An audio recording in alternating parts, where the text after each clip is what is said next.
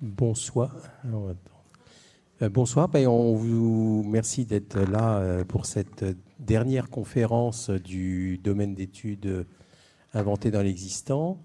Et donc ce soir, on accueille Laurent Lehmann de l'agence Elliott et Lehmann, donc Denis Elliott et Laurent Lehmann, deux architectes qui travaillent, qui ont créé une agence en 2002 à Paris et qui travaillent sur des projets de neuf, de réhabilitation. Enfin, Laurent vous présentera tout ça. Et surtout, la question était moi, j'ai connu le travail d'Elliott et Lehmann par un projet qui était un projet de réhabilitation de bâtiments de logement de Marcel Lotz à Fontainebleau, qui s'appelle La Faisanderie, et donc qui a été pour les architectes un jalon un peu de l'intérêt des architectes sur ce patrimoine moderne d'après-guerre et de logement. Et ça a été important. C'est un des bâtiments, je peux le dire, en tout cas, qui a marqué comme ça cette rupture entre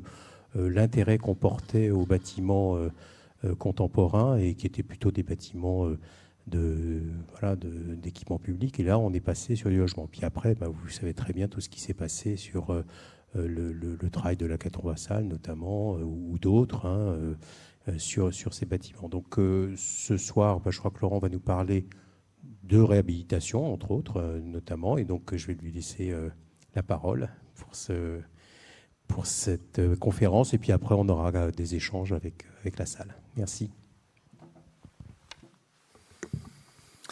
Bonsoir. Merci Louis de cette invitation. Alors, quand tu m'as appelé, on ne se connaît pas, enfin, on vient de faire connaissance. Tu m'as expliqué qu'il fallait il fallait titrer la conférence, qu'il fallait faire un petit texte de présentation. Alors, je me suis plié à l'exercice, j'ai fait un petit texte et le titre est devenu Cheminement territoire concret. Alors, le texte dit on n'est pas des intellectuels, on n'a pas de théorie de l'architecture, encore moins de théorie de la réhabilitation.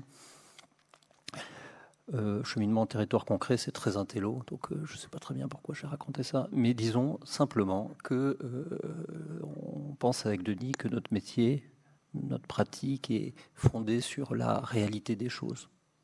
Voilà, on peut dire ça comme ça. Je pense ce qui est le cas pour n'importe quel architecte. Donc, territoire concret, ça peut être le territoire de la matière, déjà. Vous avez la chance d'être une génération... Vous m'entendez ? La voix va s'éclaircir avec le temps. On se donne 45 minutes, je pense. Je vais essayer d'être très didactique. Donc, plutôt qu'une présentation du travail de l'agence, alors je ne peux pas me passer de vous montrer ça, mais je vais essayer de prendre quelques exemples. Et puis, quand on en aura marre, on s'arrêtera de ce qu'on fait et de façon la plus didactique possible. Donc la matière, vous avez la chance d'être une génération étudiant qui a grandi dans les écoles avec l'idée que la matière était un sujet important. Ça n'était pas le cas de notre génération, de ma génération. La question de la construction n'était pas vraiment posée ou de façon très marginale. Alors la matière, elle se présente évidemment de 1000 façons différentes. Aujourd'hui, tout le monde fait du bois. Je pense que c'est un peu un effet de mode, mais ça a le mérite de faire exister une pluralité de modes de construction. Donc ça, ce sont des carrières de terre en Essonne, à côté d'une usine de Wienerberger, qui permet de produire de la brique. Donc ça, j'imagine que vous savez tout ce que c'est. Quiz ? Non ? Une petite idée ? À quoi ça peut servir ? Ça, c'est vraiment le cœur de l'usine. Ce sont des filières pour faire de la brique alvéolaire. Vous voyez, on passe ces sortes de tamis, on passe la terre crue d'un côté, et puis on l'extrude. Et de ça sort de la brique qu'on recoupe. Alors là, elle est pleine, mais c'est surtout de la brique alvéolaire. Puis on la cuit. Voilà, là vous voyez bien les petites alvéoles. C'est des grands fours, comme ça, c'est exothermique, c'est pas du tout bon pour le climat, mais ça produit quand même un matériau qui n'est pas inintéressant. et c'est mis sur palette, et c'est envoyé sur les chantiers. Ça, c'est de la brique, la vraie, la 11-22-6, c'est pas mal aussi. C'est aussi exothermique, c'est pas de la terre crue, c'est pas de l'adobe, mais ça a des vertus. Ça, c'est en Picardie, une entrée de carrière. Donc la pierre est devenue un matériau très à la mode, grâce à Gilles Pérodin. Et dans le cheminement d'un architecte aujourd'hui, je pense qu'il est extrêmement important d'aller se promener dans tous ces lieux, pas simplement d'utiliser le matériau, mais de comprendre d'où il vient, comment il est transformé, que ce soit des matériaux naturels, donc qui est une fois de plus aujourd'hui ce dans quoi vous baignez, mais aussi des matériaux industriels. On y reviendra, je pense que l'industrie a des vertus, ou des matériaux transformés comme de façon semi-artisanale ou semi-industrielle, comme la pierre. Voilà, donc là, vous êtes face à un front de taille, au fond de ces carrières, en Picardie. Et on extrait la pierre de ça, avec une grosse machine qui est une haveuse. Alors quand il faut couper la pierre et la sortir, ça pose quand même 2-3 questions. Non ? Si on peut couper en face, et puis après, pour couper derrière, c'est plus compliqué. Donc là, toutes les techniques qui sont utilisées, moi je pense, sont bonnes à connaître, bonnes à savoir. Ça renseigne sur la façon dont les hommes transforment la matière.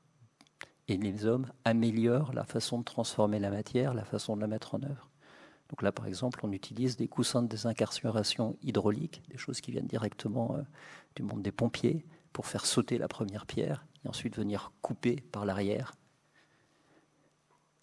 les blocs qui sont ensuite extraits, et comme ça, et mis sur des bancs dans les carrières, qui sont des bancs de découpe. Là, c'est ce qu'on appelle une guillotine multilame. Et quand un architecte dessine un bâtiment en pierre, il faut mieux qu'il ait l'intelligence de dessiner la hauteur du lit de pierre avec le moins de chute possible à droite et à gauche. Ça optimise la matière.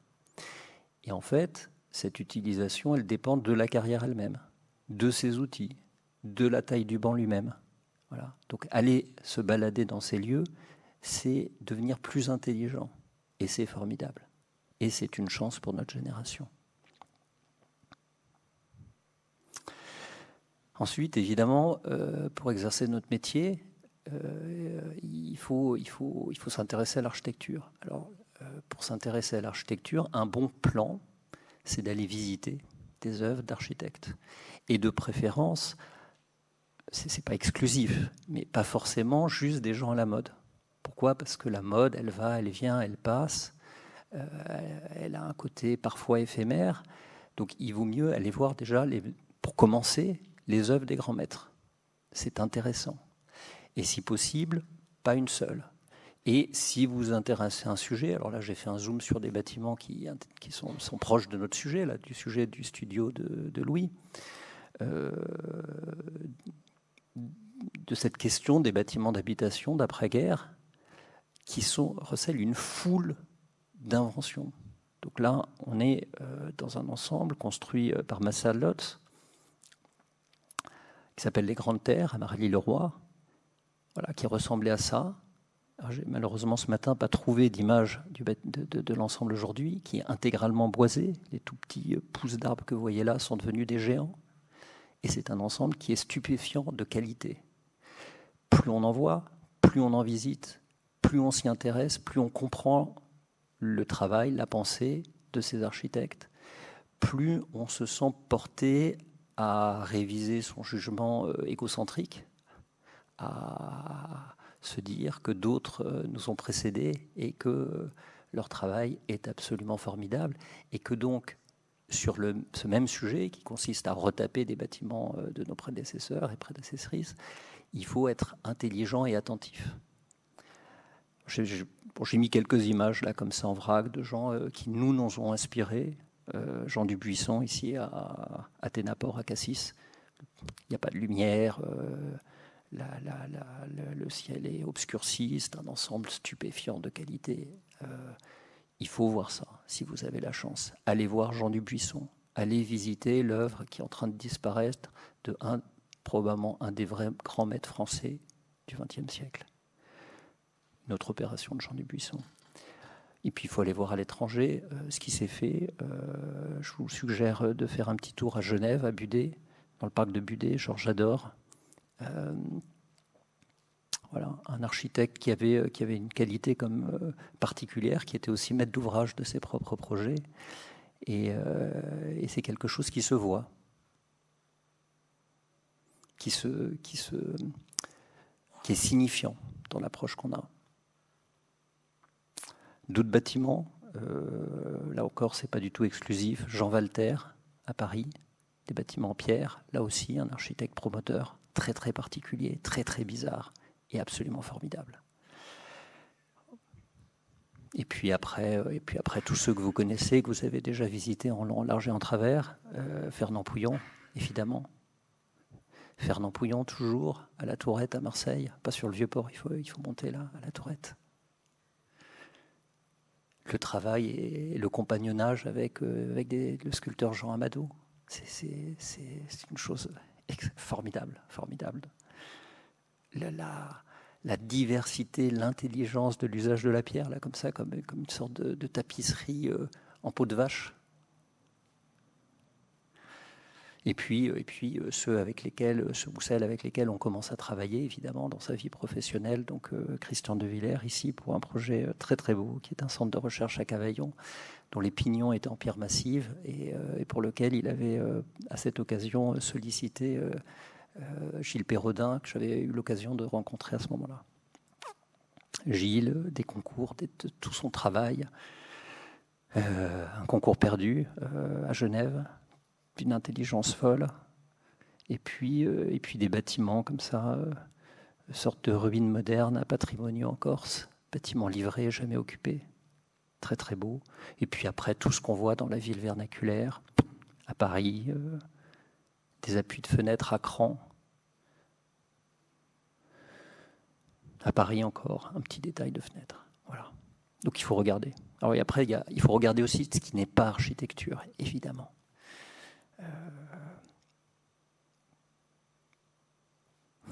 Voilà, franco-suisse, l'immobilier haut de gamme.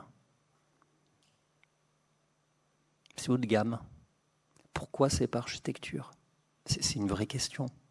Pourquoi c'est pas architecture ? Qu'est-ce que c'est l'architecture ? Ça a l'air de rien, mais c'est quand même un vrai sujet. On en reparlera. Bon, allez, après construire, ça, c'est ce que vous faites à l'école. Vous avez une chance là encore extraordinaire, c'est construire, faire des maquettes à l'échelle 1. C'est quand même un truc formidable, formidable.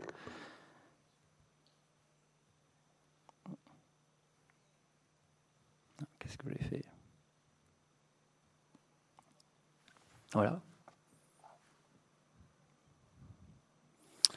Donc là, c'est des bâtiments qu'on a réalisés, qu'on a livrés à la Courneuve, des bâtiments en briques, un mur de type 4 à l'allemande, qui s'appuie sur des bâtiments type HBM à gauche existants et qui vient construire un front, des bâtiments en pierre. Bon, payez là, c'est de la pierre appareillée. C'est pas juste pour faire joli, c'est parce qu'en fait c'est moins cher. Donc plus on construit, plus on apprend, plus on devient intelligent. Battez-vous toute votre vie pour suivre vos chantiers. Refusez systématiquement de ne pas suivre vos chantiers. Refusez. Sinon on ne peut pas faire d'architecture.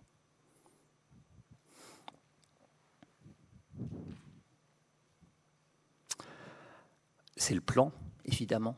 C'est la base de tout. C'est comment être intelligent en travaillant du plan. Alors voilà, être concret, c'est ça. Nous, le travail sur le plan, enfin comme pour tous les architectes, c'est la base de la pensée. Donc si on veut faire, par exemple, dans le Pays Basque, 8 logements sociaux à moins de 1 000 euros du mètre carré, on essaye d'avoir le moins de façades possible. C'est la base de la réflexion. C'est-à-dire accoler les logements. 8, c'est un chiffre un peu bâtard. C'est pas vraiment une maison, c'est pas vraiment un immeuble. Donc 4 petits duplex, 2 T2 superposés, quasiment pas de partie commune. Et comme on fait une énorme économie formelle, on peut se payer quelque chose qui est de l'ordre de la grande villa, de la grande maison basque, avec ses couleurs, avec sa présence, et des petits détails, des petites aménités, des volets en bois massifs, des petites resserres à l'entrée des jardins privatifs, de la tuile. Alors c'est pas grand-chose, mais on espère que quand on repassera dans 10, 15, 20 ans, tout ça sera encore en bon état. C'est pas si mal pour un architecte.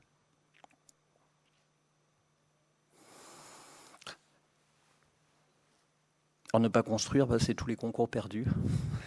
Tous les concours perdus. Tout ce qu'on a, et nous on a beaucoup perdu. Je disais tout à l'heure, on a beaucoup perdu parce que comme avec mon associé on est très têtu et qu'avec l'âge on finit par se fossiliser dans nos idées, c'est-à-dire à garder les mêmes idées, à se battre pour les mêmes idées, même quand elles ne sont pas à la mode, on en perd beaucoup. Ça c'est les tours nuages, c'était un projet que j'adorais, qui consistait à travailler avec un peu de finesse cet ensemble, à utiliser, à retravailler ces tours pour ce qu'elles sont, avec ce dessin des tours nuages qu'on connaît, et en même temps à réfléchir au rapport avec la ville existante, et dans le travail à se rendre compte que en fait, des esquisses existaient qui étaient très très proches de cette réflexion-là au départ des tours nuages. Bon, bref. Alors démolir, c'est un vrai sujet pour votre génération, démolir, employer. Est-ce qu'on a le droit de démolir? Est-ce qu'on n'a pas le droit de démolir? Il y a des situations où on a le droit de démolir, moi il me semble, où il faut démolir, ou dans tout cas, réhabiliter est un problème extrêmement complexe. Alors là, on est un problème architectural, un problème urbain. On est à Versailles, vous l'avez compris. On est face à des bâtiments des années 80. On en parlait. Je crois que dans votre studio, il y a quelques bâtiments de cette époque. Un ancien EHPAD à structure proliférante comme ça, et panoptique. Qu'est-ce qu'on fait de ce genre de bâtiment? Alors là, nous, on n'a pas eu le choix. C'est-à-dire que le programme précisait qu'il fallait démolir et que la démolition allait permettre de dégager un terrain pour faire des logements. Donc on a pris cette chose-là, on a regretté d'avoir été pas très intelligent dans la façon de remployer les fenêtres, les portes, un certain nombre d'équipements, et il faut faire ça. Enfin voilà, on fait notre autocritique. C'est un travail extrêmement complexe. On voit dans les revues aujourd'hui des gens qui se lancent là-dedans. Dès qu'on rentre dans le détail de ce qui se fait, on se rend compte de la difficulté que ça représente et que ça représente, et des gains par ailleurs qu'on peut faire en ne conservant pas. Donc parfois, semble-t-il, on peut être amené à ne pas conserver. Par exemple, pour ouvrir ce qui était une impasse en une rue, pour se dire que ça permet de dégager une rue entière, faire rentrer de la lumière, et que ce qui fermait un quartier permet de l'ouvrir complètement. Voilà. Donc ça, c'était les images du concours, et ça, c'est ce qui a été réalisé. Alors, je vais vous parler maintenant de ce qu'on fait et de ce pourquoi on a été invité. Je vais faire un petit survol rapide. Donc ça, c'était un petit marché à Conflans-Sainte-Honorine. C'est un des tout premiers projets de l'agence qui devait être démoli. Donc c'était une commande qui consistait à dire vous démolissez le marché, commande de la ville, et vous reconstruisez un marché. Bien, c'était il y a 20 ans, donc c'était quand même un moment où on ne parlait pas tellement de ces sujets-là. Voilà, ça c'est avant, ça c'est après. C'est le même point de vue. En coupe, ça donne ça. Et la réflexion, elle est multiple. On en parlait avec une étudiante tout à l'heure. Il n'y a jamais une seule réponse, un seul sujet qui s'impose. En revanche, il y a quelques bons principes qui viennent naturellement quand on est attentif aux choses. Et à partir de ces quelques principes, on peut appuyer sa pensée. Donc là, par exemple, un marché, on peut se dire, bêtement, si on ferme le marché, il va avoir du mal à redécoller. Bon, Donc on peut être tenté de garder un demi-marché en fonctionnement. Ensuite, on peut se dire, dans ce cas de figure, on peut remployer cette structure de poteaux métalliques, de petites poutres en lamellé collé voûtées. Sur les côtés, les murs périphériques. Et en même temps, si on fait ça, il faut savoir, c'est pas juste pour faire une économie. C'est déjà pas mal en soi de faire une économie. On peut rhabiller bêtement des structures comme ça en petits éléments collés par du moellon, bêtement. Pardon. Alors, et l'économie qu'on fait, il faut la mettre quelque part. C'est pas juste une économie. Donc, c'est une économie qui vise à résoudre tous les problèmes qui se posent. Donc là, par exemple, ici, on a vu dans la première image que les murs étaient très opaques. Et donc, on peut imaginer que l'intérieur du marché était très sombre. Donc, ce mur, on le découpe. Vous l'avez vu sur l'image précédente. On refait une arrase supérieure à ce mur. Ce qui permet d'imaginer que là, on va ouvrir toute cette partie-là. Ensuite, je vais vous remontrer la coupe. On réfléchit à un problème qui est un problème habituel sur les marchés, c'est que le jour du marché, il y a à la fois des déchargements qui se font en périphérie du marché, souvent à découvert. Les camions arrivent avec leur plateforme, il pleut, c'est le bordel. Et il y a aussi ce qu'on appelle les volants qui viennent, qui s'installent là, qui sont des marchands, qui posent leurs étals à l'extérieur du marché. Donc venir leur offrir l'aménité d'une petite couverture, c'est pas désagréable. Sauf que pour faire la couverture, il faut faire, avec cette structure, un effort gigantesque de reprise de structure, ici. Ensuite, on utilise la structure existante, c'est ce rien, ce quasi-vide, pour venir résoudre des problèmes de lumière, d'éclairage artificiel, de ventilation, juste avec une petite tôle pliée. Donc il n'y a pas d'effort pour inventer des choses complexes. L'idée, c'est plutôt d'être le plus économique possible. Voilà. Parce qu'on sait qu'une tôle pliée, c'est facile à faire, parce qu'on sait comment on le fait, parce qu'on a visité, qu'on comprend les choses. Donc voilà la casquette. Et ces reprises qui demandent des calculs de structure extrêmement complexes, parce que là, on a des efforts à l'arrachement autant que des efforts à la neige. Et voilà le marché final avec 3 fois rien, mais un truc qui fonctionne bien. Donc être concret, c'est ça. Être concret, c'est aborder les choses par ce petit bout de la lorgnette, très méticuleux et en même temps besogneux. On fait quelque chose qui est simple, et en même temps, on met une énergie folle à faire des choses que personne ne remarquera, mais qui changent la vie. Il me semble que c'est une bonne approche de notre métier, une bonne approche pour faire ce qu'on nous demande de faire, et éventuellement aussi pour faire architecture. Alors la faisanderie, j'en ai un peu marre d'en parler, mais comme Louis m'a demandé de dire un mot sur le sujet, je vais vous expliquer. Donc, on avait fait ce petit marché couvert, on sortait de l'agence de Christian de Villers, on n'avait pas construit grand-chose, on avait suivi quelques chantiers, on n'avait jamais fait de réa de notre vie, donc, sauf ce petit marché, et l'appartement de la sœur de Denis à Paris. On avait un maître d'ouvrage formidable, parce que ce métier, c'est aussi un métier, évidemment, de rencontre, qui nous avait, pour lequel on avait remporté un petit projet à Thomery, là, par là, qui est un charmant village. C'était 12 logements sociaux, sous la pression des habitants devenus 10, puis 8, puis un projet qui ne s'est jamais fait. Mais comme le maître d'ouvrage nous emmenait en bagnole depuis la gare très gentiment, on discute avec lui. Et puis un jour, on se rend compte, il nous dit « Ah ouais, moi j'ai acheté des bâtiments de Marcel Lotte, c'est un bordel, je les ai achetés, je ne sais plus, 10 millions d'euros, la ville bloque tout, qu'est-ce qu'on peut faire ?» Je dis « Marcel Lotte, je connais très bien, j'ai fait un mémoire avec Marie-Jeanne Dumont sur les bâtiments à Rouen de Marcel Lotz, c'est un super sujet, c'est un très grand architecte.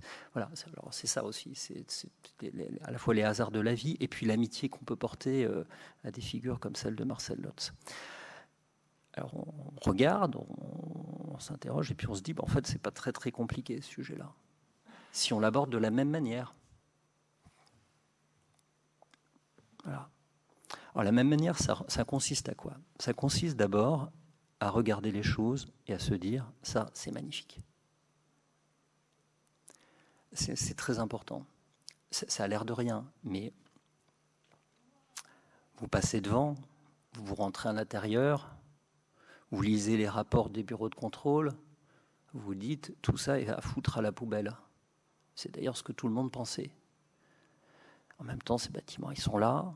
Alors, c'était il y a 10 ans. Là encore, on n'était pas encore dans un cycle où on se posait les questions, je pense, comme on se les pose aujourd'hui. Avec ces petites injonctions des années 80, les bagnoles sous les pilotis. Oui, parce que Marcel Lotz, c'est pas Corbu, en même temps, c'est un proche de Corbu, mais lui, quand c'est les poteaux, la charge, elle descend jusqu'au sol. Il n'y a pas de reprise de charge, il n'y a pas d'effort pour surélever les choses. La trame, elle se retrouve là. Et la trame qui se retrouve là, ça génère ça. Donc, ce qui est très beau dans ces bâtiments, c'est le rapport à la forêt.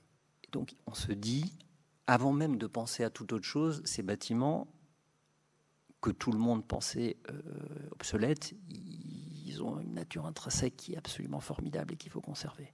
Donc, on fait ça. Donc, ça, c'est après. Donc, entre les deux, on fait des recherches. Ça, je pense que vous êtes tous habitués à faire ça à l'école. On plonge dans des archives, on rencontre des historiens, on rencontre des tas de gens qu'on ne connaissait pas, des gens formidables, des gens comme Franz Graf à Lausanne, des gens comme Yvan Delmonté, des gens comme Hubert Lempereur. Donc, ils sont des spécialistes de cette question-là. Alors là encore, je parle du studio qui m'invite aujourd'hui. Il faut rencontrer ces gens-là. Il faut s'intéresser à leur travail. Il y a toute une génération d'historiens qui, aujourd'hui, revisitent le travail de ces architectes.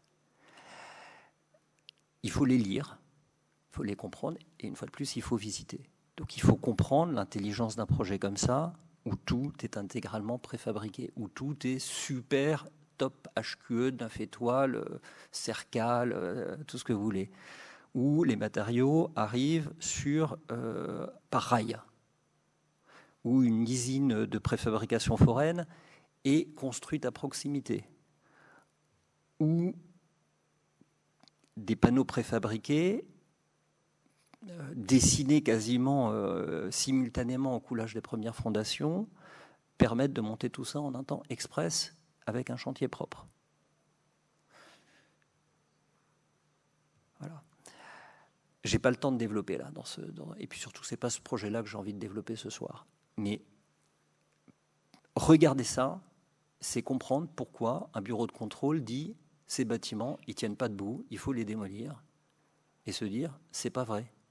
Ils sont là, ils sont formidables, et si en carottant à travers le plancher on trouve 4 cm, c'est à cause de ça. Mais si vous n'avez pas fait cet effort, vous ne pouvez pas comprendre. Donc ensuite, il y a tout un travail, qui est un travail auquel on a été confronté régulièrement, qui consiste à fédérer les personnes autour du devenir, de l'existence de ce patrimoine. Alors là, c'est un patrimoine intéressant, mais ce patrimoine, il peut être beaucoup plus modeste. Et pour ça, il faut faire feu de tout bois. Aujourd'hui, c'est probablement plus simple, mais il ne suffit pas de dire on garde les choses pour garder les choses. Il faut redire l'histoire. Et quel que soit le bâtiment, même s'il n'est pas très intéressant, il a une histoire. Alors vous parlez avec les habitants, vous parlez avec les bailleurs. Les historiens nous permettent très souvent, dans toute situation, que ce soit à l'échelle du bâtiment ou à l'échelle du projet urbain, de refaire des expositions, de enthousiasmer des habitants, des riverains des élus, des bailleurs, qui ont totalement oublié l'histoire du patrimoine qui est le leur. Et ça, c'est vrai pour tous les cas de figure. Donc il faut profiter des journées du patrimoine pour faire des expos. Ce patrimoine-là, ce patrimoine moderne, est un patrimoine formidable qui a été vécu comme un moment enthousiasmant dans l'histoire de la construction en France. Il ne faut pas l'oublier. Enthousiasmant. Les villes étaient pleines de bidonvilles. Il faut avoir confiance en ça. Et il faut ensuite résoudre tous les problèmes techniques. Donc il faut comprendre, c'est ce que je vous ai dit tout à l'heure, pourquoi les planchers font 4 cm. Il faut résoudre des questions thermiques, évidemment. Et là, on peut se rendre compte qu'en faisant des carottages, en fait, il y a un peu de béton de pouzzolane, que, évidemment, naturellement, comme on a des façades qui sont magnifiques, je vais revenir après, il faut isoler par l'intérieur. Les choix, ils s'imposent d'eux-mêmes. Ensuite, il faut les défendre. Il faut dire, ces planchers, ils font 4 cm, mais en fait, ils tiennent très bien. Ils tiennent parce qu'ils sont là. Donc, on fait des essais comme ça, des mises en eau, qui permettent de montrer que la déformation à la surcharge des planchers permettent par le calcul de démontrer qu'ils sont conformes et largement conformes aux objectifs de surcharge réglementaires qui sont ceux d'aujourd'hui. Si vous ne faites pas ça par le calcul, c'est juste impossible. Vous n'y arrivez pas.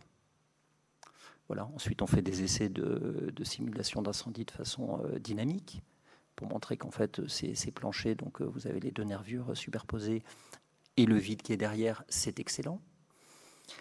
Et puis ensuite, on fait du projet. Donc on se dit que ces adjonctions malheureuses des années 80 et ces descentes de poteaux, elles peuvent devenir autre chose. Elles peuvent devenir ici des espaces à rez-de-chaussée qui abritent des activités, qu'on va protéger par des auvents périphériques, plus tout le travail après de plans. Je ne vais pas rentrer dans le détail, mais qui consiste à modifier ce qu'il faut modifier, régler des histoires d'ascenseurs, de dessertes à demi-niveau, travailler sur les questions de gain initiales. Voilà. Allez voir, il y a déjà des conférences là-dessus ou des écrits. Si ça vous intéresse, on en parlera après. Je ne veux pas détailler. Et un autre aspect du problème, c'est d'emmener les propriétaires vers des idées programmatiques. Souvent, l'architecte est démuni face à ça. Mais en fait, on a un rôle à jouer. Nous sommes prescripteurs. Donc, dire on passe d'une monofonctionnalité logement social à une résidence étudiante, à un foyer accueil personnes handicapées, au rez-de-chaussée des bureaux, des commerces, qu'une partie de ces logements qui sont quand même formidables, et vous l'avez vu dans les premières images, surplombent toute la forêt de Fontainebleau, peuvent être vendus. Et bien tout d'un coup, ça change l'ensemble du quartier. Voilà. Et là, on est prescripteur. Il faut jouer notre rôle dans toutes ces acceptions. Voilà. Donc ça donne tout ça.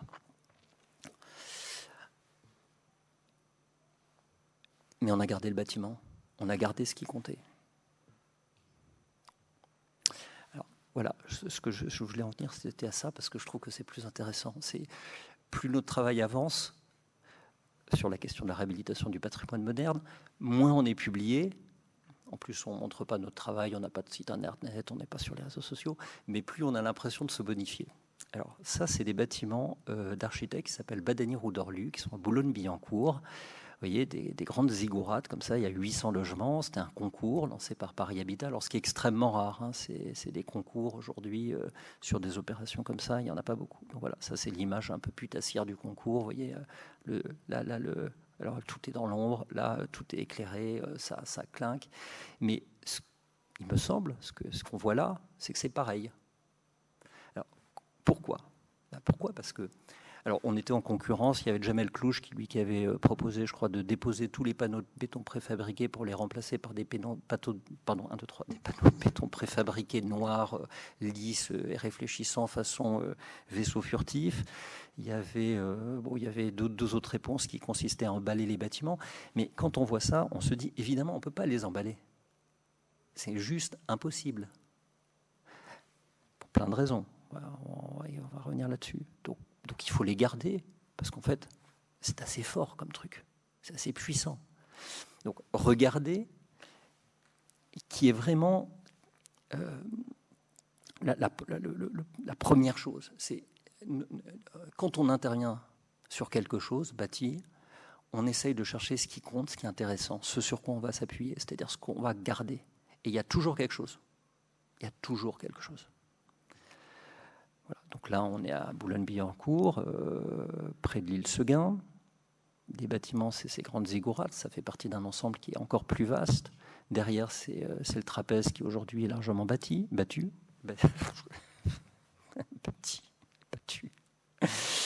Les bâtiments de Jean Nouvel, voilà, et on est ici. C'est un monument, c'est quelque chose qui est à l'échelle territoriale.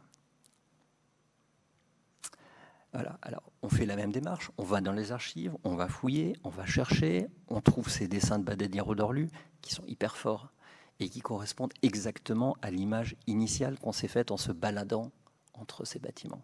Ils ont une puissance graphique qui est génialissime. Donc c'est ça qu'il faut garder. Et ils ont un travail de modénature, de dessin, de qualité de béton qui est formidable. Et qui se révélera d'ailleurs tellement formidable qu'évidemment il a été pensé en collaboration avec un des grands maîtres des bétons architectoniques,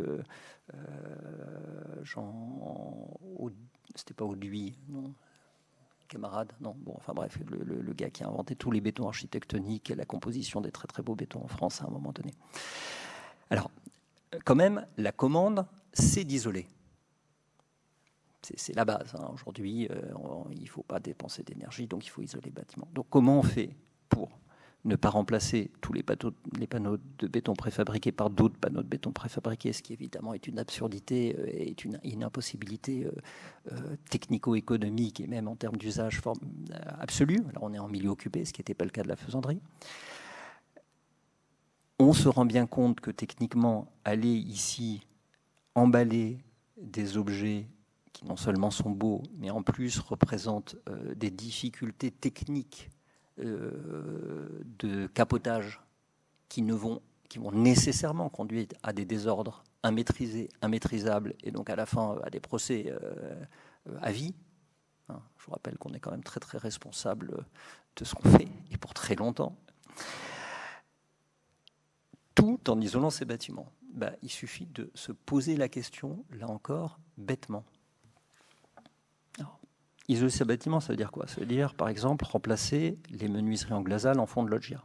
Pas très compliqué. De toute façon, il faut le faire, elles sont amiantées, il faut tout déposer. Il faut remplacer les menuiseries, ça fait partie du programme. Il faut refaire l'étanchéité et l'isolation des toitures terrasses. Et là, vous dites, j'ai fait ça, j'ai fait ça, j'ai fait ça. Je vais habiller les pignons et les isoler. J'ai isolé, je sais pas, 70% des façades. Donc en fait, derrière, qu'est-ce qui reste à isoler? Pas grand-chose. Ça, dans les chambres. Donc c'est le pari du concours, c'est de dire, on va isoler une façade, en fait, dans chaque logement, qui est la façade des chambres. Voilà. Et donc le problème, il est résolu. Donc tout d'un coup, c'est très simple. Une fois que cette idée est posée, tout le reste s'enchaîne extrêmement simplement et naturellement. Voilà, je vous montre ces très très beaux bétons. Je vous montre cette très très belle élévation, alors qui est totalement reconstituée. Et l'image du projet. Voilà, où on a remplacé les menuiseries de fond de loggia avec du PVC. Il n'y a pas besoin d'aller chercher des choses très très complexes. On a remplacé ces menuiseries-là. Et là, par contre, on va chercher du bois alu, donc de l'aluminium, qui permet de laquer à la bonne couleur et de retrouver graphiquement des choses qui vont aller dans le sens du dessin de Badéniero d'Orlu au départ, de se payer des volets roulants à projection, qui est un truc qu'on adore. Restent ces sujets-là. Donc en élévation, je dirais, le problème, il est résolu. C'est terminé. Restent ces sujets-là, c'est-à-dire le paysage que construisent ces bâtiments dans les vis-à-vis qu'ils entretiennent avec l'ensemble de leurs logements, des logements de l'ensemble. Donc ça, c'est un vrai problème. Et c'est d'autant un problème qu'en réalité, seuls ces petits bouts de terrasson sont loués et dédiés aux locataires. Pourquoi? Parce que les règles du locatif social fait que si on donne une grande terrasse à un locataire, il doit payer beaucoup. Or, comme il ne peut pas payer beaucoup, on lui donne peu. Donc ça, c'est du collectif occupé par... voilà, c'était assez propre, mais enfin souvent une série de choses assez horribles qui traînaient là. Donc on se dit, on va évidemment faire projet avec ça. parce que chaque sujet, quand on fait rien, l'avantage, c'est qu'on a du cerveau disponible pour faire les choses qui comptent, les choses, en tout cas, dont on peut éventuellement faire un petit quelque chose. Donc, qu'est-ce qu'on fait? D'abord, on refait ce petit bout de terrasson. Alors d'abord, on refait évidemment l'étanchéité et l'isolation. On refait ce petit bout de terrasson, et puis on lui fait une petite pergola. Alors pourquoi? Ça ne sert pas à grand-chose, mais en même temps, ça fait pièce. Vous allez voir ce que ça donne après. Ensuite, on se dit, c'est génial ce truc-là, c'est les jardins de Sémiramis. On va faire une forêt suspendue. Mais le problème de la forêt suspendue, c'est qu'un arbre, ça a besoin de beaucoup de terre. Donc il faut apporter, on ne peut pas tout charger, trop compliqué.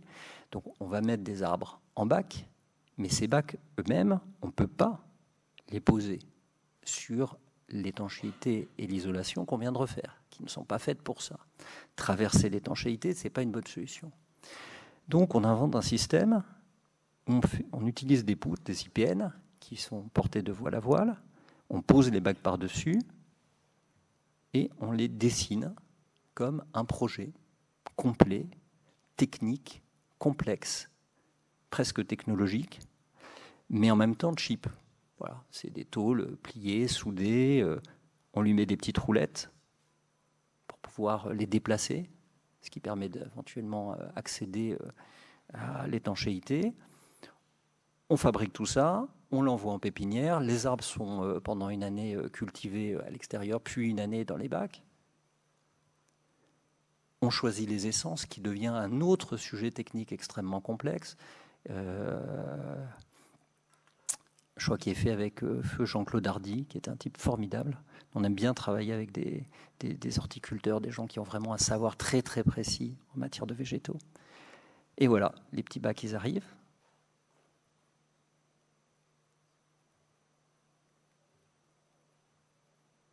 Ils sont posés sur les rails avec leurs petites roulettes. Et ça finit par faire une forêt qui a depuis beaucoup grandi et qui commence à occuper l'espace. Alors, de la même manière que dans les cas précédents, se pose la question des rez-de-chaussée, qui est évidemment un sujet majeur. Là, vous voyez que ces rez-de-chaussée sont bas, ont été, comme dans le cas de Marcel Lotz, améliorés dans les années 80, par des confrères qui répondaient souvent à des concours. Donc une demande du bailleur visant à réduire la surface du hall pour éviter que les Indiens s'installent là. Ce qui fait que quand vous rentrez là, quand vous habitez là, quand vous venez avec vos copains, ils pensent que vous êtes un pauvre. Bah ouais, c'est une entrée de pauvre. Quand vous êtes dans la crèche, la petite crèche bibliothèque qu'il y a, elle donne sur un petit bout de terrasson que quelqu'un a eu l'idée de barauder, là aussi par crainte des montes en l'air. Bref, tout ça est moyennement heureux. Donc, comme on n'a pas mis d'argent dans le capotage général du bâtiment, ce qui est une stratégie générale de l'agence, il nous reste un peu d'argent, un peu de pognon. Donc on va le mettre là. Personne ne nous a demandé ça, hein, par contre, ça c'est hors programme. Donc on va le mettre là et on va ouvrir tout ça.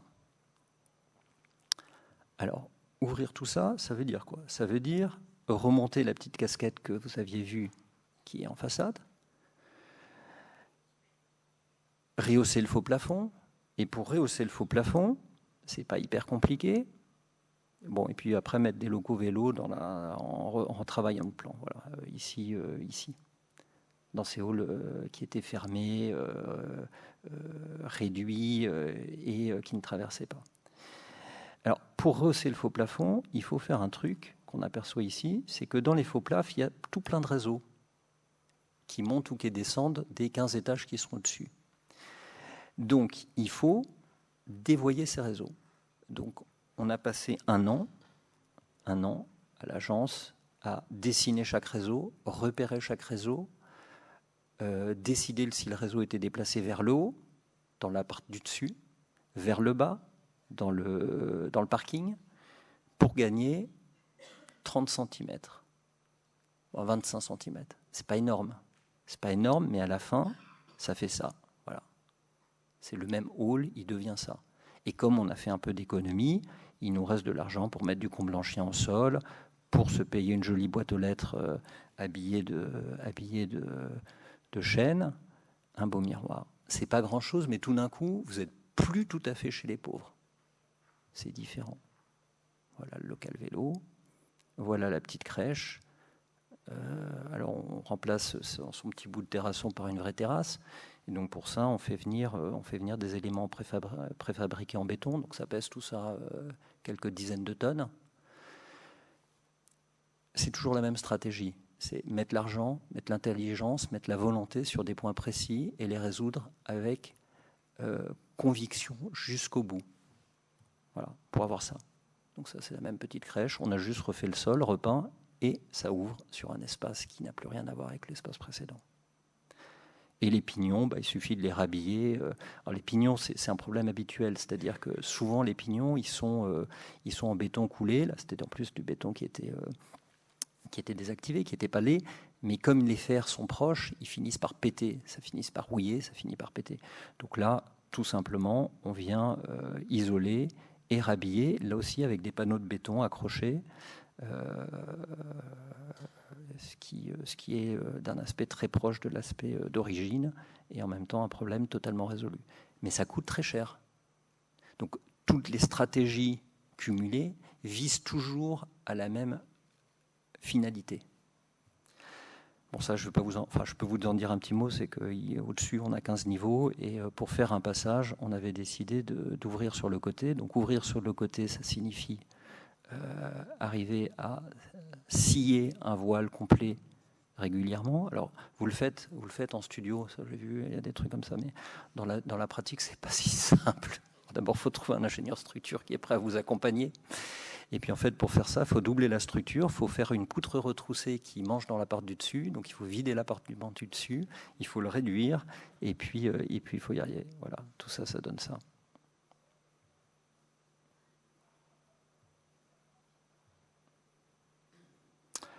Bon, comme il est déjà 59, on peut s'arrêter là. Comme vous voulez. Bon, là, j'aborde deux trucs. Alors, je termine par ces deux-là, mais très rapidement, je suis beaucoup moins didactique. Là, c'est un ensemble. Alors, dans tout ça, il n'y a pas de stratégie, il n'y a pas de pensée théorique. C'est ça que j'essaye de vous dire. Là, on est à Paris, c'est un ensemble qui est dans le 14e, avec des bâtiments en béton préfa, très pauvres, mais dont la qualité principale, voilà, à gauche, est d'être un assemblage de volumes. Et donc là, ce qui est bien là, c'est pas le béton, c'est pas le rapport à la forêt, c'est pas la structure qu'on peut employer pour faire un truc différent. C'est les volumes. C'est ça qui est intéressant. Et donc, le projet, dans ce cas-là, consiste à différencier les volumes, à la fois à les rendre, à faire disparaître cette monnaie nature qui n'a aucun intérêt, parce que c'est très pauvre, et ça ne raconte rien, en les rhabillant de façon beaucoup plus monolithique, et à jouer et à faire assemblage de ces volumes, en jouant, donc sur le choix qui a été fait dans ce projet-là, d'une isolation thermique par l'extérieur, rhabillée par de la brique. Alors toujours de la brique massive. On ne peut pas faire de la plaquette. On ne peut pas s'amuser à mentir. C'est une mauvaise chose et ça finit toujours mal. Ça finit par se décrocher, ça finit par se décoller. Donc il ne faut pas faire des trucs comme ça. Voilà.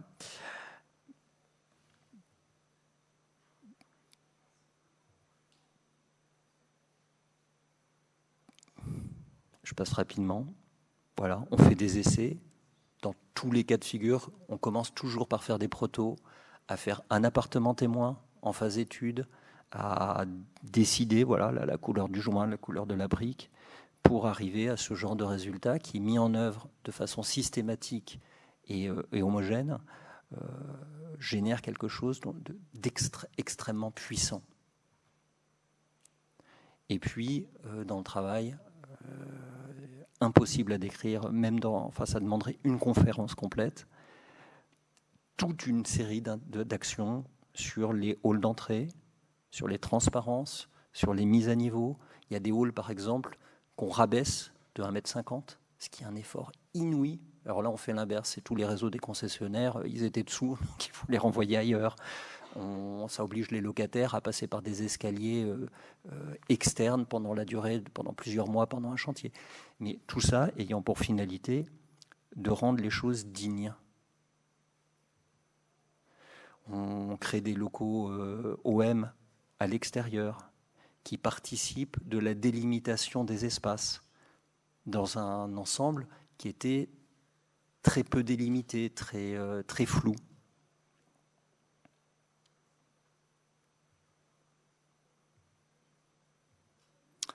On retravaille sur l'intérieur des jardins, des étanchéités au-dessus du parking. Et là, on a plein d'outils à notre disposition. L'evergreen, qui est très mince. Des arbres qui sont plantés dans des bacs qui permettent d'avoir des apports de terre très importants, ponctuels, là où il faut. Des travaux sur des crèches. Bon, voilà, je peux pas... Et puis, de chaque édicule, faire un mini-projet. Une toute petite chose. Ça, je passe, ça n'a aucun intérêt. Ça, je passe, ça n'a aucun intérêt. Si, tout à l'heure, tu parlais du Gressé-Ram, tu vois, comme ça, en petit assemblage comme ça, en opus incertum. Donc ça, c'est avant, à gauche, à droite, c'est après. C'est nous qui nous amusons à faire ça. Rouvrir le hall, retravailler les matériaux, ne pas mentir, être dans la pensée de cet architecte qui s'appelait Rigler, qui était un très bon architecte. Voilà. Et puis je termine pas ça parce qu'on est à Nantes et qu'on l'a jamais montré. Une petite cité qui s'appelait le Pitre Chevalier. Voilà, 2 bâtiments existants ici, du locatif social, 3 petits bâtiments tout bizarres montés sur échasse. Et le programme consistait à les retaper et à faire une vingtaine de logements supplémentaires et quelques commerces. Plus un niveau de parking. Voilà, donc ça ressemblait à ça. Qu'est-ce qu'on peut faire avec ça? On voit que le parking là est à mi-niveau, arrive à mi-niveau et s'ouvre sur petit jardin. On a ces petits bâtiments rigolos sur pilotis qui ressemblaient à ça. Voilà. Tout bizarre, tout fin. On a le stationnement, les bagnoles qui viennent s'insérer plus ou moins harmonieusement au milieu de tout ça. On a des grands pignons et un rapport à la rue qui, comme dans le cas de Didot Bardinet que je vous montrais précédemment, et génère un espace interstitiel qui évidemment ne finit jamais par trouver son bon usage. Et voilà. Donc les petits bâtiments sur pilotis ici, on vient les rhabiller. Alors, les rhabiller, c'est-à-dire on vient leur adjoindre des balcons en béton, tout simple, c'est pas très cher, c'est assez efficace. Petite serrurerie en alu laqué pour les garde-corps. Ces petits éléments de locaux OM. Même type de travail sur les grands bâtiments d'habitation collectif. Le parking souterrain qui vient s'étendre et trouver des ouvertures comme ça sur le jardin. Là, une crèche qui vient s'installer au rez-de-chaussée dans l'épaisseur supplémentaire et dans ce qu'on a gagné sur l'ancien parking. Et tout ça, ça donne un petit ensemble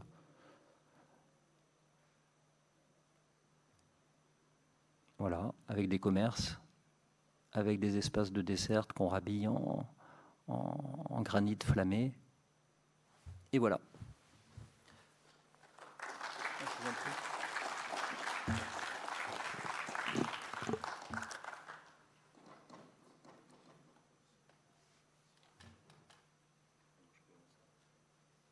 Merci beaucoup, Laurent.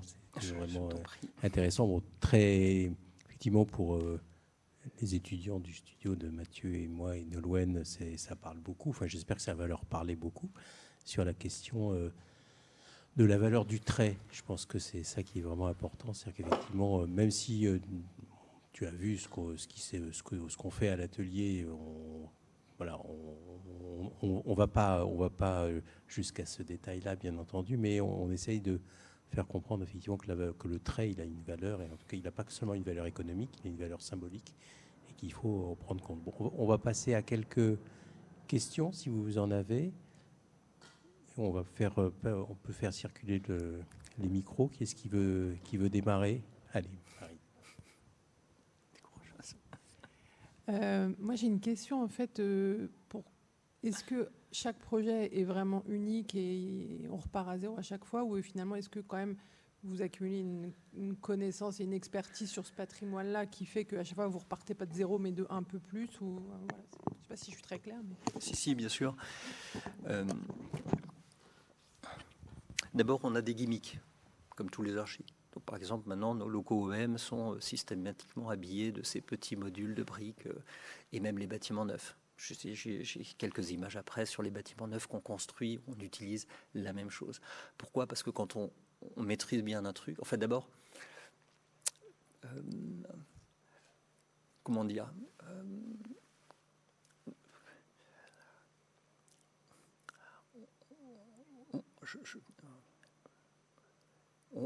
je vous poserai la question, vous me direz ce que c'est l'architecture pour vous.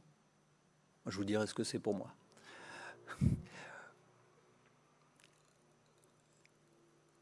On aime bien le travail d'architecte de cette époque, clairement. Ça se voit dans notre production. Donc, il n'y a pas de logique à aller contre ça, puisqu'on l'aime bien. Donc, on s'appuie sur un certain nombre de choses qu'on a rencontrées, qu'on a croisées, qui nous semblent être une réflexion de qualité qui finit par être aboutie. Donc, il y a un moment, quand la réflexion est aboutie, sur des sujets comme cela, de logement collectif, il nous semble qu'il y a une forme de vanité à essayer de réinventer les trucs ad vitam aeternam. C'est ce qu'on pense. On a peut-être tort, mais c'est un peu ce qu'on pense. Donc, il y a un certain nombre de choses qu'on remploie systématiquement, et effectivement, le fait de le remployer, alors en même temps, bon, c'est assez vaste, parce que cette pensée de cette époque est tellement vaste qu'en réalité, on peut déjà trouver mille choses. Mais plus on maîtrise quelque chose, mieux on fait la fois d'après, c'est clair, évidemment. Il y a des architectes qui se réinventent tout le temps. Nous, on a plutôt tendance à essayer de creuser le sillon. Glenn Murcutt, qui est un de nos grands modèles, trace un sillon très très profond, projet après projet, et au-delà même du projet, dans la façon de faire le projet, qui est une chose à laquelle on réfléchit intensément à l'agence, c'est-à-dire dans le rapport aux entreprises, qui est un vrai sujet quand on travaille comme ça. Bon, on se comprend, je pense, c'est-à-dire que nous, on est toujours amenés à travailler avec des entreprises différentes. Plus vous travaillez avec les mêmes entreprises, plus vous partagez une pensée commune, mieux les choses se font. Mieux les choses se font. C'est mieux elles se font. Plus elles sont qualitatives. Parce qu'on ne perd pas de temps. Parce que chacun sait ce qu'il attend de l'autre.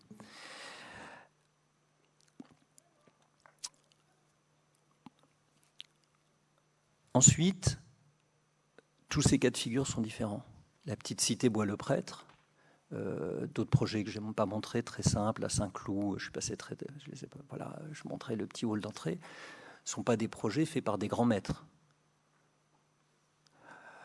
André Rigler à Saint-Cloud, c'est un bon architecte, il a fait quelques bons bâtiments, mais il n'est pas à la hauteur de Badeni-Roederlu ni de Marcel Sotz, évidemment. En revanche, dans chacun de ces projets, y compris Pitre Chevalier, qui, à premier œil, présente rien d'extraordinaire. C'est pas un chef-d'œuvre de l'architecture, c'est des bâtiments très ordinaires, les baies sont relativement étroites, il y a des allèges hautes, mais dans l'agencement, dans la forme humaine des choses, il y a un truc très intéressant. Donc, il n'y a pas un seul de ces projets qu'on ne peut pas regarder avec aménité, en cherchant à y trouver ce qu'il a de meilleur, ce qui veut dire ce qu'il faut conserver. Donc la règle, c'est plutôt celle-là. Ce qu'on a appris avec le temps,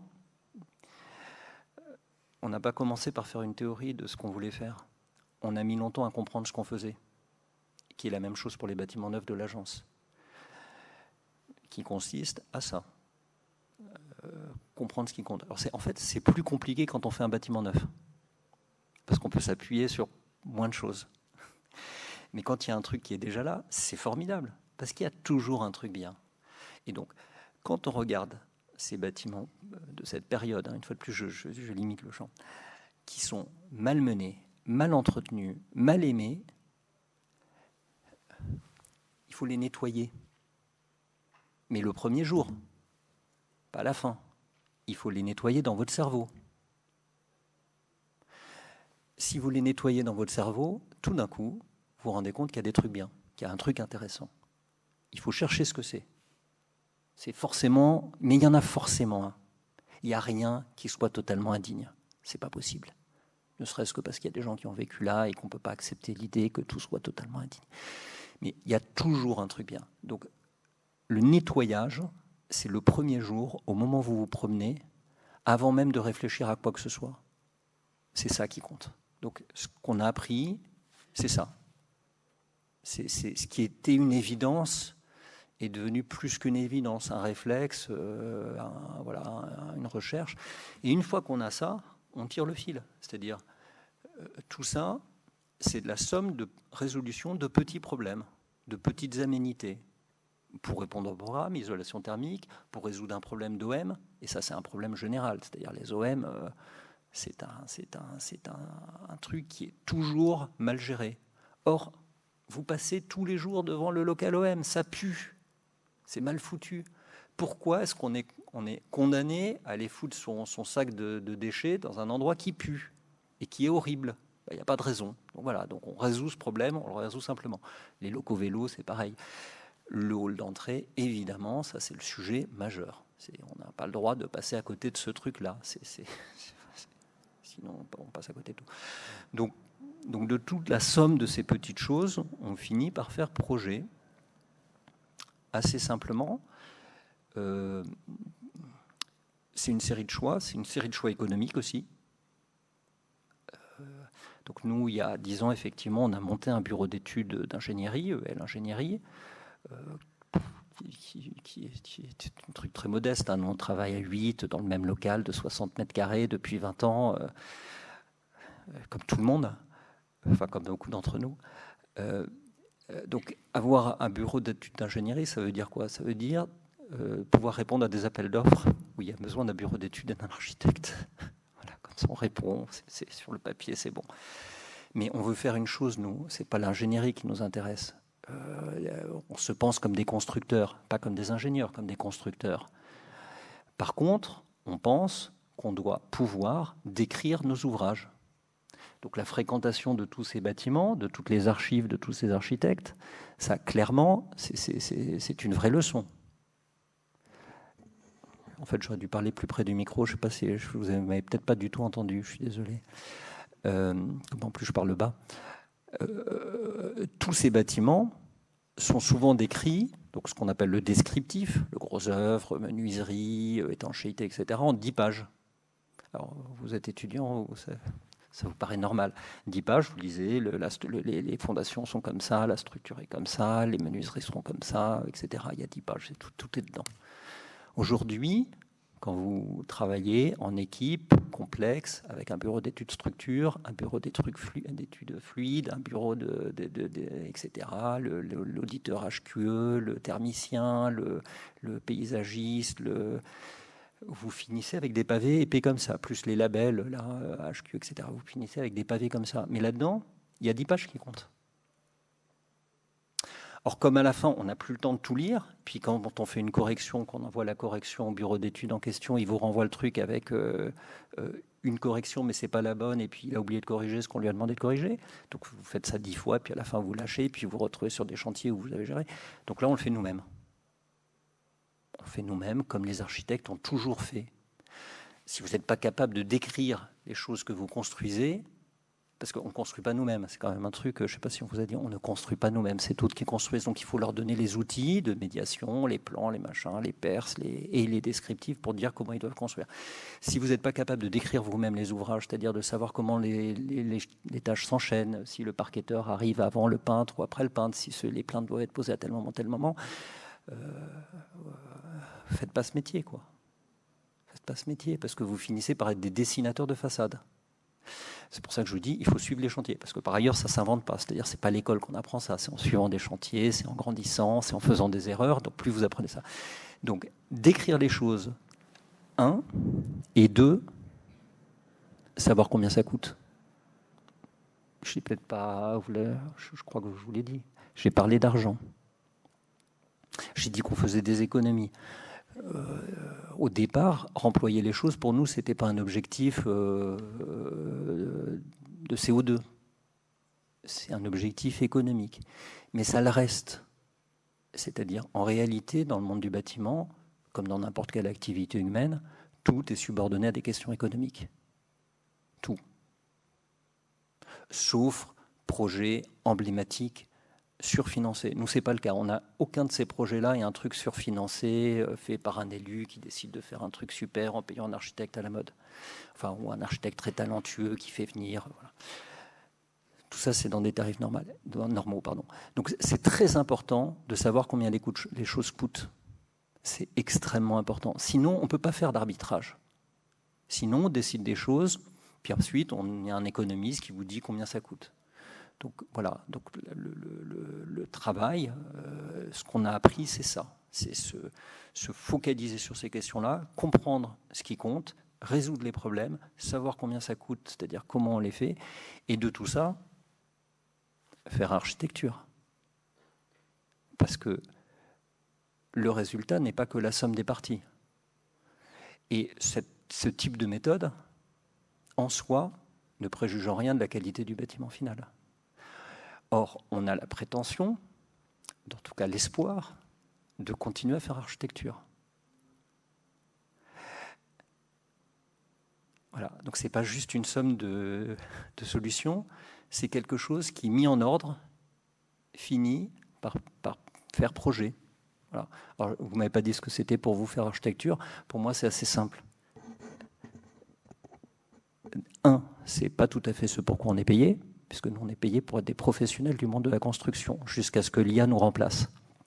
Mais bon, il y a encore un petit peu de marge. Donc on est des artisans de l'architecture, on est des artisans du monde de la construction. On fait, avec notre amphore, quelque chose qui est plus qu'une amphore pour transporter du vin, qui est quelque chose qui émeut. Voilà, l'architecture, c'est ça. C'est assez simple, parce que quand on est en face d'une architecture, c'est même, je veux dire, c'est simple à reconnaître. C'est émouvant.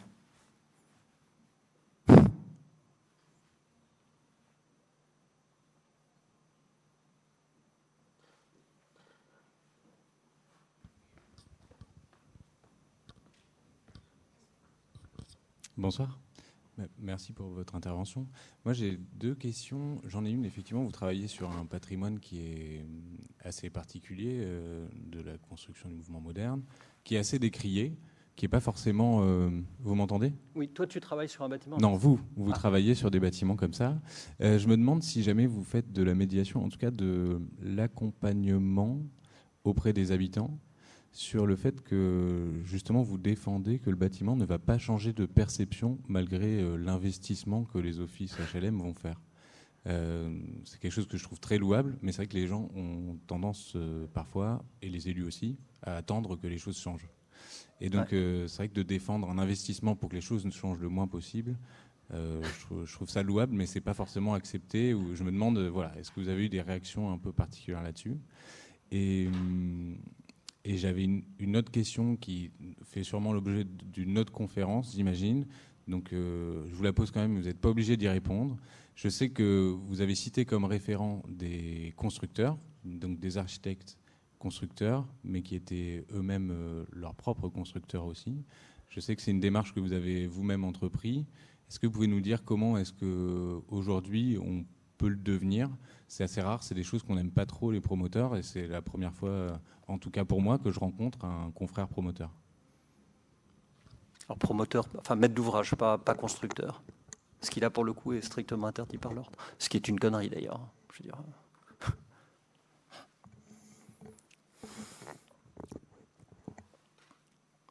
Alors sur la première question, bah, si c'est simple, c'est nous on a perdu 40 concours sur 42 à l'agence. Enfin je dis 40, c'est peut-être 50 sur 52 maintenant.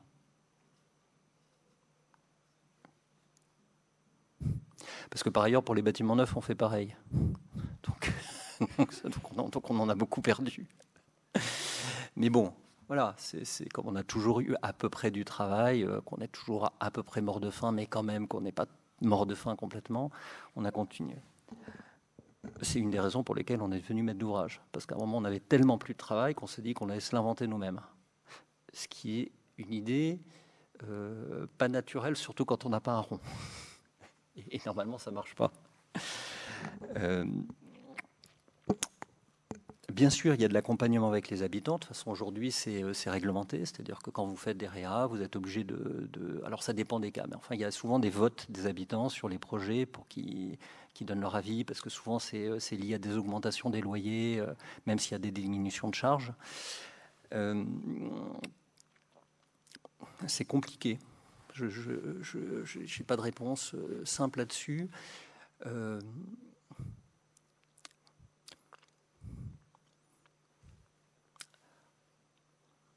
On ne croit pas beaucoup au participatif. Voilà, ça sera gommé de la captation. Je vais vous dire pourquoi. C'est parce qu'on reste quand même des bons professionnels normalement de nos métiers. Que les idées, elles sont largement partagées entre nous. Il y a rarement un architecte qui invente un truc qui sort du chapeau. Donc un habitant et une idée qui soit bien meilleure, c'est rare. Qu'auprès des habitants, on arrive à avoir une meilleure perception des lieux, c'est une évidence. Je veux dire, on peut pas se poser en démiurge en se disant voilà, nous on arrive. Mais c'est presque le contraire de notre démarche. Vous voyez, on arrive. Je vais vous dire comment on va faire. C'est évidemment pas le cas. Enfin, de ce que j'espère que c'est pas ce qui ressort de ce que j'ai raconté. Donc, discuter avec les habitants, comprendre des besoins peut-être qu'on n'identifie pas en termes de circulation, d'usage, ça arrive. Mais je pense qu'on est bien armé intellectuellement par la formation qu'on a, par l'expérience qu'on a pour résoudre ces problèmes. Bon, c'est pas tout à fait votre question, mais c'est quand même un sujet. C'est quand même un sujet aujourd'hui. Alors, je dirais même que le côté participatif, de ce point de vue-là, peut être extrêmement frustrant et compliqué pour les architectes, qui se trouvent emmenés dans la discussion vers des choses qui ne sont pas forcément des choses très intelligentes, qui ne sont pas forcément des choses très malines, mais qui finissent par devenir des choses incontournables par la discussion collective. Moi, je pense que ce n'est pas forcément bien. C'est-à-dire, faire une connerie parce que tout le monde pense que c'est bien, ce n'est pas forcément bien. Faire quelque chose de bien que tout le monde pense être pas bien, mais où à la fin, tout le monde dit c'est très bien, ça c'est plutôt bien. Ce qui nécessite quand même un fort degré de conviction interne. Il vaut mieux pour convaincre les autres aussi. Donc c'est pour ça que le travail de démarche, d'accompagnement avec tous ceux qui sont convaincus, avec les historiens, je vous le redis, il y a plein d'historiens, il y a plein de jeunes historiens dans toutes les écoles d'archi qui travaillent sur ce patrimoine-là. Ils sont tous enthousiastes, ils sont tous sympathiques, ils sont tous intellectuellement très très capés. Il faut les convoquer, il faut travailler avec eux, il faut les faire venir. Ils racontent une histoire qui a été oubliée. En France, il y a quelque chose qui est de l'ordre du traumatisme de la modernité, qui n'existe pas dans d'autres pays. J'en ai eu l'exemple en faisant travailler, par exemple, des étudiants français et des étudiants suisses sur des bâtiments de Jean Dubuisson. Il y a une approche qui est totalement différente et qui est juste liée à la culture dont on hérite dont chacun d'entre nous héritons, de nos parents, de nos grands-parents. On est traumatisé par la modernité en France. Donc, le regard qu'on porte comme étudiant sur ces bâtiments, c'est un regard difficile. C'est difficile d'apprécier leur qualité. Mais c'est dans notre tête. C'est juste dans notre tête. Il faut balayer ça. Il faut regarder les trucs tels qu'elles sont. Et tout d'un coup, on se rend compte qu'il y a des qualités et qu'il faut les identifier et qu'on peut s'appuyer dessus. Donc, évidemment, il faut convaincre, c'est bien. Mais plus que convaincre, il faut être convaincu soi-même. Et il faut être prêt à se battre. Il faut être prêt à se battre. Il faut être prêt à se battre avec des associations d'habitants. Il faut être prêt. Il ne faut jamais démordre de ceux dont on est convaincu. Alors voilà, après, il vaut mieux être convaincu avec raison. Je ne sais pas si on a raison, mais on a à la fin... en tout cas, on se dit qu'on est assez cohérent avec notre propre pensée, ce qui est déjà pas mal. Mais à chaque fois, c'est une bataille. Donc c'est une bataille qu'on finit quand même souvent par remporter à force de conviction. Pas toujours, il y a des moments où il y a des vraies tensions et il faut être capable d'imposer sa pensée, de claquer des portes. Donc c'est très compliqué, très très compliqué. Les maîtres d'ouvrage en France sont peu ou mal formés, surtout sur cette période-là. Ils sont comme tout le monde. Les élus, c'est pareil. Donc vous avez raison, tu as raison. Ils attendent quelque chose qui est souvent plus flashy. D'ailleurs, c'est ce qui se fait. Enfin, c'est ce qui se fait dans les cas les plus emblématiques, parce que dans les cas les moins emblématiques, c'est juste de l'emballage par l'extérieur et basta. Ou plus de chip. Donc je sais pas, il faut voilà. Si on pouvait compter, bien sûr qu'on compte sur l'intelligence, mais il y a alors, si, quand même. Je crois qu'il n'y a pas un seul de ces bâtiments où il n'y a pas une personne qui ne l'aime pas. Il y a toujours, dans tous ces bâtiments, quelques habitants qui sont amoureux de l'endroit où ils vivent. Pour n'importe quel, parce qu'ils y ont grandi, parce qu'ils y ont été enfants. Alors, voilà, ça, voilà, il faut s'appuyer sur ces gens-là. Parce qu'ils sont beaucoup plus faciles à convaincre.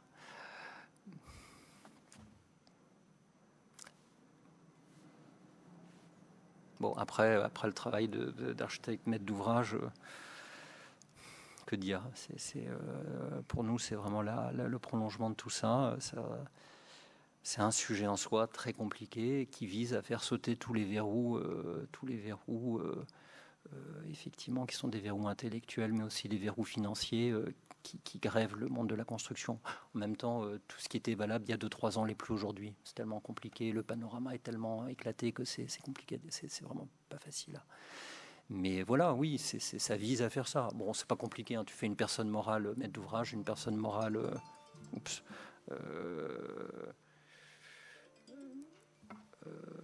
architecte, et le problème est résolu. Donc techniquement, ça pose pas de problème.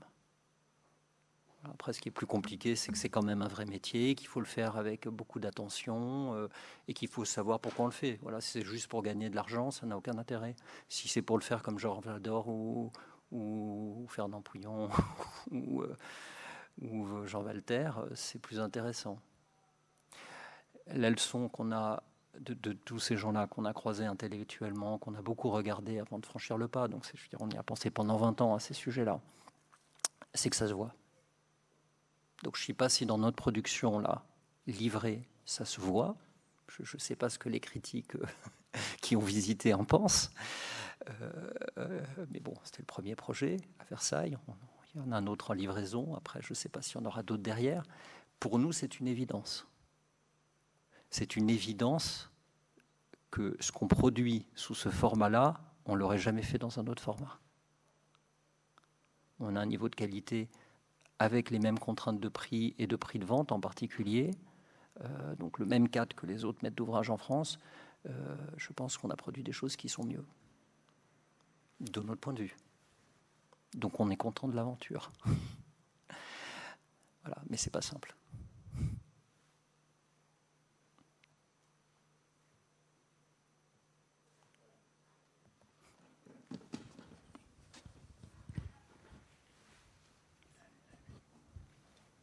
Oui, merci pour votre intervention et bonsoir. Moi, je fais beaucoup de réhabilitation en tant qu'archi et ça a souvent été une discipline un peu décriée, ou en tout cas les sorties d'études ne couraient pas forcément après cette discipline il y a une quinzaine d'années.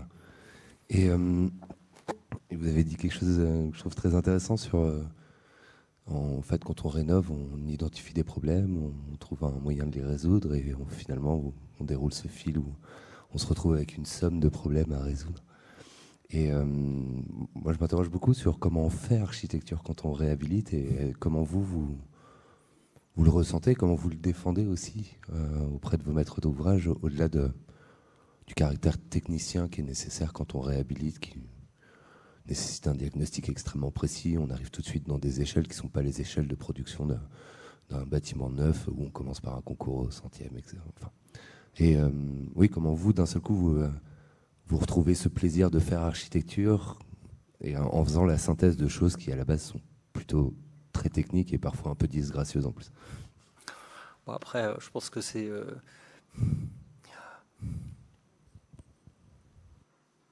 Déjà, bêtement, c'est... enfin, on est comme tout le monde, donc on s'intéresse à la matière. J'ai commencé par ça. Je trouve que c'est une bonne porte d'entrée. Parce que utiliser de la matière, on se dit, une matière pérenne. Hein. Alors, c'est vrai, je n'ai pas parlé de bois, on a utilisé du bois. C'est très compliqué, très compliqué le bois, y compris même d'un point de vue environnemental aujourd'hui en France. Mais dès qu'on commence par ça, quand même, il y a un plaisir de constructeur qui vient naturellement, naturellement, quoi. C'est un vrai plaisir. Ça oblige à penser construction. Donc très vite, quand même, avec ça, on trouve des points d'appui autour des matériaux, déjà, bêtement, pour se dire que on aime bien la brique, on aime bien la pierre, on utilise donc déjà on se fait plaisir avec ces trucs-là. Donc dès qu'on se fait plaisir, ça va mieux, quoi. Après, je pense qu'il n'y a pas de recette, mais il vaut mieux se faire plaisir, même si tout est compliqué, même si tout est une bataille. Et voilà. Et puis après, je sais pas, quand les trucs tournent bien, quand les problèmes sont bien résolus, déjà, ça assez naturellement, quand même, ça amène à faire de l'architecture. Un problème mal résolu, tout de suite, il est pas architecture. Enfin, ou c'est parce que le photographe fait une belle photo, sans montrer le truc qui déconne, qui va pas bien, ou c'est parce qu'il fait la photo le jour de l'inauguration et 2 ans après, il n'est pas repassé sur place. Donc voilà. Mais je sais pas, je n'ai pas de recette. On essaye de prendre le maximum de plaisir dans ce monde de contraintes et de brutalité, quand même, dans lequel on vit. Qui est quand même, qui est très mortifère. Il faut bien le dire. Il n'y a pas de côté bisounours dans cette affaire. C'est très mortifère. Et la place de l'architecte en France est une place terrible, qui n'a cessé de se dégrader.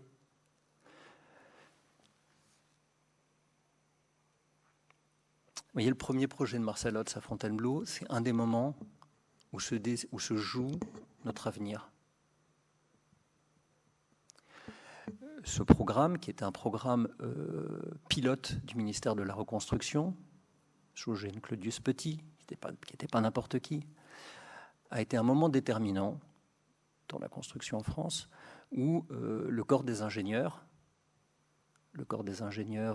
constructeurs qui était en train de naître, tous les brevets qui ont été déposés à ce moment-là, et le corps des ingénieurs étatiques qui pilotaient, qui se sont mis à piloter la question de la construction par le haut à ce moment-là, se sont rejoints et ont mis en œuvre les théories de tous les architectes qui, entre deux guerres, ont pensé la préfabrication lourde, le chemin de grue, l'industrialisation du monde du bâtiment avec beaucoup d'enthousiasme.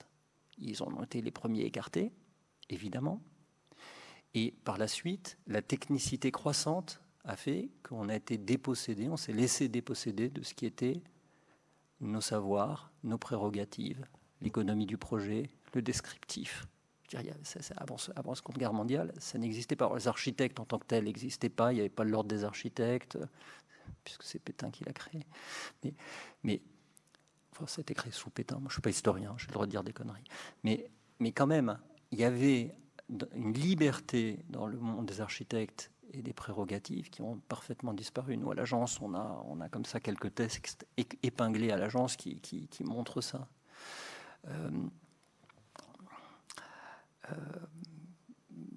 C'est mortifère. Alors, aujourd'hui, par exemple, on travaille en équipes qui sont de plus en plus larges. Je l'ai cité tout à l'heure. C'est censé être très vertueux, un travail d'équipe. Alors, c'est pareil, dans l'école d'archi, on ne peut pas dire que ça, c'est pas bien. Travailler de façon collective, vous avez tous commencé dans des collectifs. C'est censé amener de la qualité de pensée, d'échange, augmenter le projet. Je sais pas, dans la pratique, c'est souvent l'inverse qui se passe. Enfin, nous, c'est ce qu'on a souvent vécu. Moi, je ne sais pas, peut-être qu'on est des cas isolés. On se retrouve surtout avec une série d'emmerdements et de contraintes dont on se dit souvent qu'elles sont pas fondées ou mal fondées.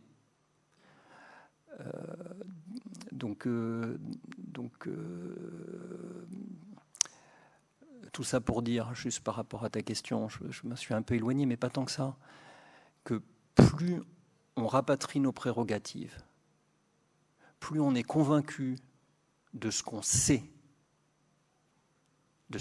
faire.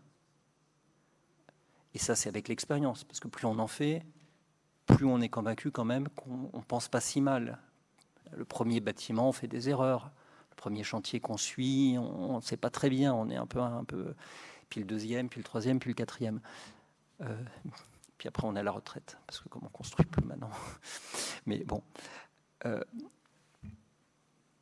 savez, en Suisse, comme on ancienne la construction, enfin, je ne sais pas, c'est peut-être le cas dans l'école. C'est pas du tout. Mais il y a quelques années, j'enseignais dans un double cursus avec le CNAM et à Belleville, où on faisait voilà, les étudiants étudiaient une poutre sur appui aux 3 moments. C'est un calcul pas très compliqué, avec quelques intégrales, etc. En Suisse, pour faire de la construction, on va faire des dessins à l'échelle 1 de bâtiments existants. Enfin, en tout cas, il y a quelques Suisses qui font ça. Bah, vous en faites 10. Vous voyez un peu comment les trucs sont construits.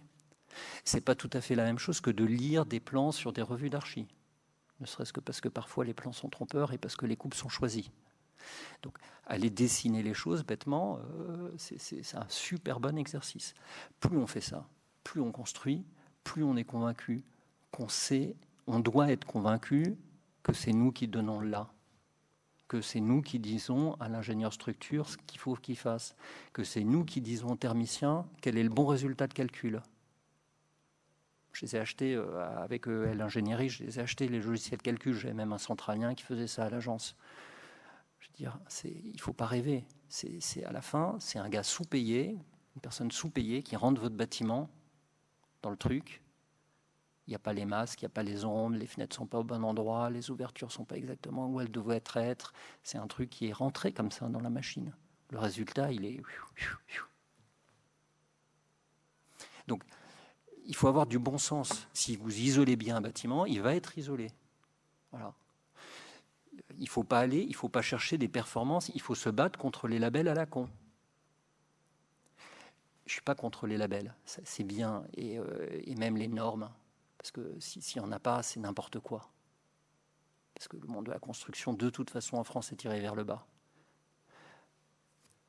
Les entreprises sont de plus en plus incompétentes, ont des compagnons de moins en moins formés, de plus en plus mal payés, l'encadrement est de plus en plus mauvais, et les architectes sont morts de faim. Donc à la fin, c'est tout ça, c'est un cercle, une spirale qui conduit à la catastrophe. Et il y en a. Je suis désolé, vous me posez des questions, mais donc les labels, c'est bien, mais par contre, il faut savoir le bon niveau. Donc, c'est vous qui le savez. C'est vous qui le savez. Il ne faut pas vouloir faire un bâtiment super HQE, à énergie positive, si ça ne sert à rien. Voilà, je n'ai peut-être pas le droit de dire ça dans une école d'architecture. Pour un couple d'ingénieurs allemands de Bavière qui bossaient autrefois chez BM, maintenant ils n'ont plus de boulot, mais c'est pas grave. qui entretiennent leur maison, qui ont le système, ils règlent les trucs, vous voyez, tous les week-ends, ils dépensent du pognon pour que ça soit bien entretenu, ça marche. Pour une copro en France, une copro, il ne faut pas faire ça. Ça tourne à la catastrophe. J'ai posé des kilomètres d'eau chaude sanitaire solaire, de panneaux d'eau chaude sanitaire solaire. C'est un truc cheap. C'est-à-dire, vous avez des panneaux, vous avez du liquide qui circule à l'intérieur, le soleil chauffe, vous avez un échangeur et vous chauffez l'eau des douches. Rien de plus simple. Hein. C'est un truc low-tech qui doit bien marcher. Tous les bailleurs en ont posé à un moment donné. Ils ont tous cramé. Ils ont tous cramé parce que le liquide en question, il y a un vase d'expansion. Donc quand il chauffe l'été, il finit par sortir, par se dilater, ça sort du vase, puis ensuite ça redescend, et puis ensuite il en manque dans le panneau. Et quand le panneau il est frappé par le soleil et qu'il manque du liquide, le panneau crame. Donc les bailleurs en ont foutu des kilomètres carrés, des centaines de kilomètres carrés à la poubelle. Et c'est un truc simple. Donc je ne parle pas de high-tech. Donc il faut garder du bon sens. Il faut avoir un bon sens constructif. Il ne faut pas rêver qu'on va... il y a un moment en ce moment qui est formidable autour de la matière. C'est pas simple. On a des vraies responsabilités, des responsabilités professionnelles et juridiques. Il faut pas il faut être très conscient de ça. Et il faut que nous, on impose le bon niveau par notre expérience, par notre conviction. Et avec ça, normalement, on arrive à faire des choses où on prend un petit peu de plaisir et je pense faire possiblement un peu d'architecture. Voilà. Enfin, en tout cas, nous, c'est notre chemin. Il y a 1000 chemins, il y a 1000 façons de faire de l'architecture.